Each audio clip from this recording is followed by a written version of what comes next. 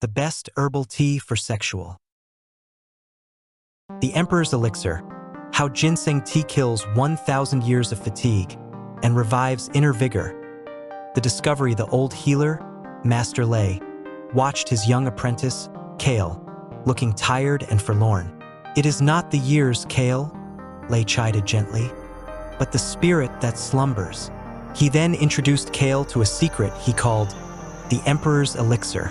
It wasn't some complex potion, but a simple, earthy brew, ginseng tea.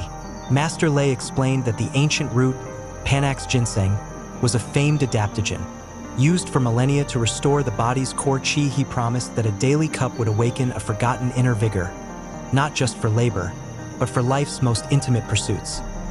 The reawakening Kale was initially skeptical of the bitter, potent tea. Yet, as days turned into weeks, he felt a slow, steady change.